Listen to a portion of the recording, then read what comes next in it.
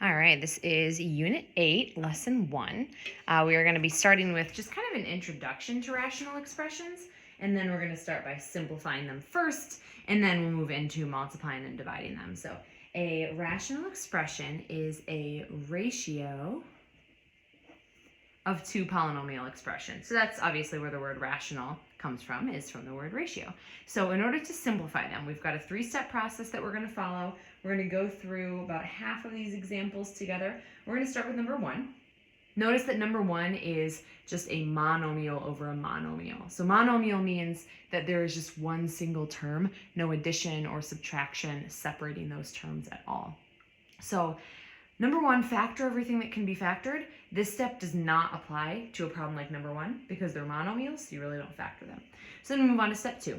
Simplify the monomials using exponent rules. So if we look, we've got 20 over 14, that can reduce down. So 20 over 14, there's a common factor of 2 that we can reduce down. So 20 reduces down to 10, 14 reduces down to 7, and then the x to the 6th over x to the 2nd, one of our exponent rules is that if you have same base, you subtract the exponents when you're dividing them. So x, and then you have 6 minus 2 would give us an x to the 4th. And that is about as simplified as that one will go. So that is number 1. All right, next one we're going to look at is number 4. So slide this a little bit here. We're going to use the exact same three-step process. So looking at number 4 now. Step number 1, factor everything that can be factored. So that means we're going to take everything in the numerator, factor it completely. Same thing with everything we have in the denominator. So the numerator, always start with a GCF when you're factoring, and we will find a factor of 2 that we can pull out of everything. So that leaves us with an r squared minus r minus 20, and then that's going to continue factoring. That was just kind of our first round. Over, and then the 8r plus 32, there's an 8 that we can factor out, and that leaves us with r plus 4. So that was round 1. I mentioned this numerator part can factor down a little bit farther. So we have 2, and then my r squared, I have r times r. I'm looking for what will multiply to a negative 20 and add to a negative r, and that would be a negative 5 and a positive 4. Okay, and then divided by 8 times r plus 4. So now, step 3, we simplify the monomials, which there's really nothing that we can do with these. These are not monomials. These are monomials. So we simplify the monomials. 2 over 8 reduces down to 1 over 4. And then step 3, eliminate common binomial factors. So here's something that's really, really important to distinguish in these steps. We can simplify monomials, meaning like you can kind of take apart little bits and pieces. But binomials, you can't simplify. You can only eliminate them completely. And that is super, super, super important. Like for instance, I couldn't cancel out this r and this r because these are parts of binomials, but I can eliminate these because they match perfectly. So r plus 4 divided by r plus 4 would just be 1. So I can cancel those out. So my final answer, I have an r minus 5 in my numerator, and then I have a factor of 4 in my denominator. So that is the final answer for number 4. All right, we're going to do the other 2 evens. We're going to do 6 and 8. So number 6, we start by factoring everything that can be factored. Always begin your factoring process with a GCF, or looking for a GCF anyway. In the numerator, I'm going to find a 3a as a GCF. Without that, the 12a cubed becomes a 4a squared, and this becomes just a minus 1. Don't forget about that. Like, just because you divide the entire thing out doesn't mean there isn't a 1 left behind. There always will be. Over, and then in the denominator, they have a 6 in common. They have an a squared in common. And then without that, without a 6a squared, this is a 2a. And this is, again, just a 1. Don't forget that there is still something left behind. So now let's keep factoring. The numerator is actually the difference of squares pattern. We have 4a squared minus 1, which is a perfect square minus a perfect square. So this is 2a plus 1, 2a minus 1. So now that pattern, 2a times 2a gives us 4a squared, and then plus 1 minus 1. Okay, so now that is the completion of step 1. Everything is factored that can be factored. Step 2, simplify the monomials. So these are the monomials, the one-term kind of separate pieces here. So 3a over 6a squared, you can cancel out a 3a. So this completely cancels. And without a 3a, this is a 2a left behind. And then step 3, eliminate common binomial factors. So you could only cancel these because they are binomial factors that match completely. You can't break apart little bits and pieces of binomials. Monomials and binomials have different rules. All right, so here's what's left. We have 2a minus 1 over a 2a. Now this is very, very, very, very important.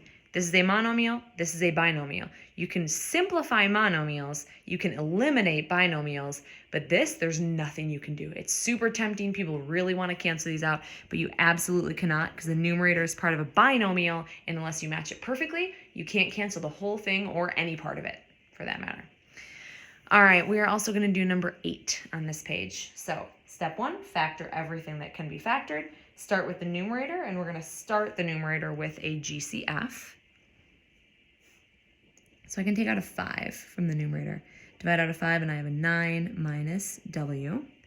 The denominator, when I look for a GCF, the 3 seems like it could work, but unfortunately 28 is not divisible by 3. So anytime that you try to divide out whatever is in front of the x squared, or the w squared in this case, you end up having to do slide and divide if you try to divide it out, but you can't, the way that you could in like number 4, for instance. So we slide the 3 down to the end, and multiply by that 9. So this is now 27. So I'm working through my slide and divide steps. So I'm just going to keep copying down the numerator until I'm done with the denominator. So this factors, I'm looking for what multiplies to 27 and adds to a negative 28. So that would actually just be a negative 27 and a negative 1. And then we finish the slide and divide by taking this 3 and dividing it back. Okay, so let's finish our factoring.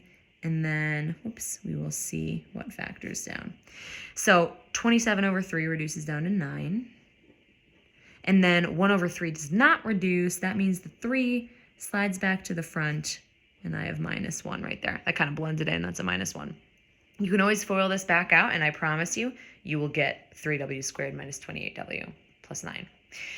So these, they're not matching perfectly, but they look like they're really close. Like here I have 9 minus w, here I have w minus 9. This one has a positive 9, this one has a negative 9. This one has a positive w, this one has a negative w. So look at over here where it says watch out. If you have a minus b over b minus a, they're perfect opposites of each other. So what ends up happening is they don't cancel the same way that these do, and it's not even really that these are canceling, it's that when you divide them, you get 1. So in a problem like this, you don't write a bunch of 1s all over the place because they wouldn't matter for your final answer. If you get something that's identical, it equals 1. If you get something like this that are perfect opposites, it actually equals negative 1. So when I see these perfect opposites like this, they reduce down to just a negative 1. So don't forget to make that part of your answer somewhere. So this is like times a negative 1, not minus 1. So my numerator is 5 times negative 1, which is negative 5. And my denominator is 3w minus 1. And that would be your final answer for number 8. All right, let's look at the next page. On the next page, we start multiplying and dividing rational expressions. So we're going to do a handful of these examples too. So there are 2 different types. We have monomial problems as well as polynomial problems, so either binomials or trinomials. And we're going to skip around, do a couple examples of each type. So we're going to start with number 9. And we're doing that one because they are monomial examples. So we want to make sure we see those. So monomial, monomial. First, we multiply everything together, and then we simplify as much as we can. So multiply 6 times 10 is 60. X squared times x to the 3rd. You add those exponents. We get x to the 5th. Same thing with y cubed and y to the 4th. That gives us y to the 7th. Divided by, and then multiply here, 2 times 18 is 36. X squared and nothing would be x squared. Y squared and y squared would be y to the 4th. Because you're adding them though, not because you're multiplying them. So we multiply everything together first and then we simplify. So look at the 60 over 36, for instance. They have a common 6 that we could take out. That would leave you with 10 over 6, and that's still not reduced quite far enough. So we go up to a 12. They both are multiples of 12. So 60 divided by 12 is 5. 36 divided by 12 is 3. Look at the x to the 5th over x squared. I can subtract those. 5 minus 2 leaves me with an x cubed right here. And then y to the 7th over y to the 4th. 7 minus 4 leaves me with a y cubed up here. If I knew that was going to happen, I would have centered the 3 a little bit better, but we get the idea. All right, in the multiplication section, let's also do number 12. So we're now looking at this second line here. For binomials or trinomials, you factor everything you can first, then simplify, then multiply. So very, very similar to what we were doing on the front page. We just are multiplying two of these expressions together. So still lots of factoring. You'll get a big recap, a big refresher course on factoring while we're doing this section.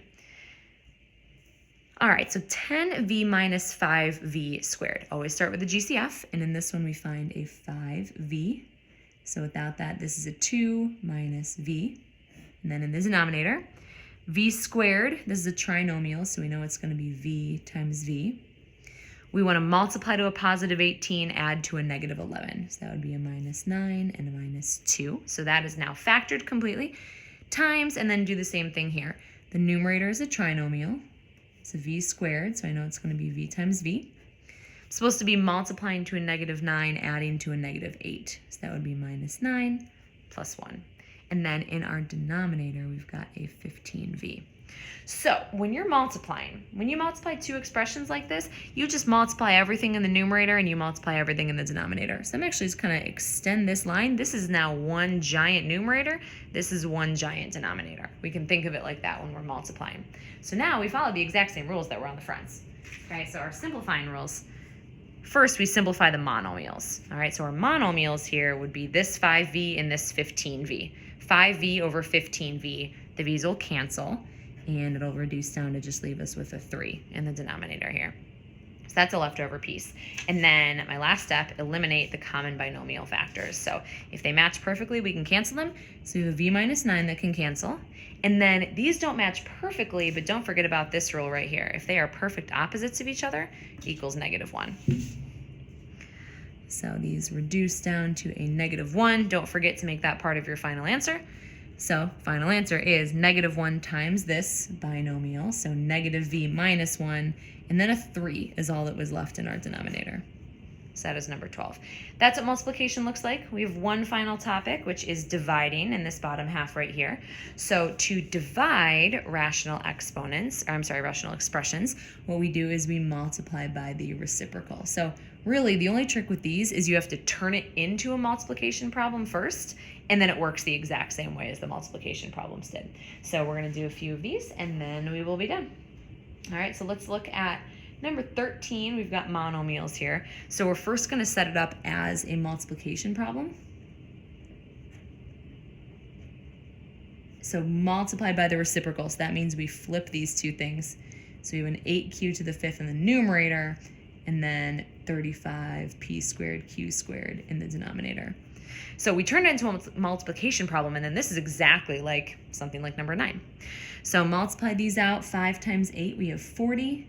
P, and then q to the 5th would be q to the 6th. Over, and then in the denominator, 16 times 35. Great question. Actually, I don't have a calculator on me. Let's see what this comes out to be. Little long multiplication. Skill never gets old. 560. All right, so we've got p cubed, p squared, that's p to the 5th, and just a q squared. So a couple big monomials to reduce down. So 40 over 60, anytime you have 10 over 10, like we know the zeros are going to reduce down. And then 4 into 56 would be 14 times. Okay, 14 times. So that leaves me with a 14 in the denominator. P over p to the 5th, so let's start writing these down. P over p to the 5th leaves a p to the 4th in the denominator. And then q to the 6th over q to the 2nd, 6 minus 2 is 4, and those go up here. Let me flash back to these p's. I did that too quickly and should have explained it better. P over p to the 5th, if I subtract 1 minus 5, I get a negative 4. And since it's a negative 4, I can put that p to the 4th in the denominator. Now, these don't reduce at all. I know it seems tempting because they have the same exponent, but they don't. That is as far as these will go. All right, very last one we're going to do is number 15. Okay, so make sure you set it up like it's a multiplication problem first, and then we solve that multiplication problem. So the first one stays the exact same, and then we multiply by the reciprocal, so we are flipping these and turning it into a multiplication problem. And then it's a problem that seems just like number 12 up above. So we factor everything completely and then cancel what we can. So start with a GCF. In this top one, we have a 2a squared that we can factor out. Leaves an a here, minus 6 here. In the denominator, just a classic trinomial. So a squared would be a times a. Multiplying to negative 12, adding to negative 4 would be negative 6 and positive 2. Times, and then this one, a squared, again, another classic trinomial. Multiplying to a positive 15, adding to a negative 8 would be a negative 5 and a negative 3. And finally, 1/4 piece to factor. We look for a GCF. They're both multiples of 8, and they both have a squareds. So without that, this leaves a 3 minus, and then this leaves just an a. Okay, so rule number 1 is we simplify the monomials. So here's a monomial, here's a monomial. So 2a squared over 8a squared. The a squareds will cancel, and you'll be left with a 4 behind in the denominator from the 2 over 8. We have a minus 6's that will perfectly cancel out. And then these are perfect opposites of each other. So remember, that will leave us with a negative 1. So a minus 5 times a negative 1 would be a negative a plus 5 over, and then we have a 4 times a plus 2, so that would be 4a plus 8. That is as far as this goes. Remember, unless binomials factor completely, you can't like reduce these a's or anything like that.